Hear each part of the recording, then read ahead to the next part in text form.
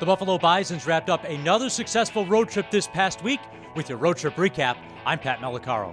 The back half of the road trip to NBT Bank Stadium was very kind to the Buffalo Bisons as the Herd took 5 out of 6 games from their Thruway Cup rivals, the Syracuse Mets. It opened up with a 4-3 win on Tuesday night last week in the Salt City as the Bisons combined 6 different pitchers going the entire way for Buffalo, led by Sean Anderson, who would make 2 starts in the series and pitched very well, allowed just 1 run over 4 1/3 innings in his 2 starts. It paced the Bisons to a 4-3 win in the opening game of the series. It was a Stevie Berman solo home run in the top of the 5th that was the difference. And for a team that does not hit a lot of home runs, the Buffalo Bisons certainly had a lot of home run swings that factored into the 5 victories for the Bisons along the way.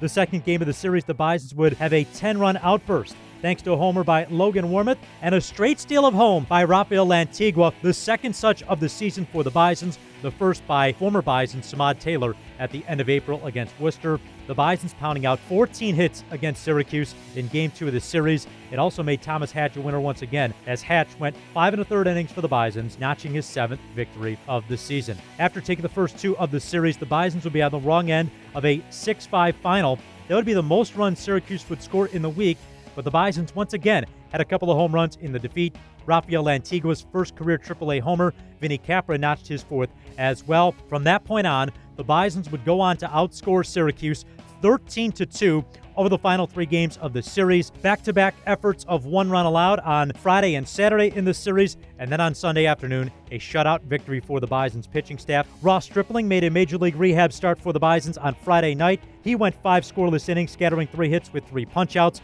Chicken Strip led the Bisons to a 3-1 win that night. On Saturday evening, Buffalo pounded out 8 runs on 9 hits. Once again, a home run by Nathan Lucas, putting him into a tie for the most homers by an active Bisons player. Hit his 7th of the season and allowed Buffalo to secure the 8-1 win. And then on Sunday afternoon, a 2-0 shutout performance for the Bisons. Sean Anderson made the start.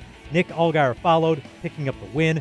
Matt Gage notched the save, getting the final 3 outs, going a perfect 10 for 10 in save opportunities this year. With the 5 victories last week in Syracuse, the Bisons find themselves 59-51, 4th place in the IL East Division standings with just about 6 weeks to go. Durham continues to lead the division.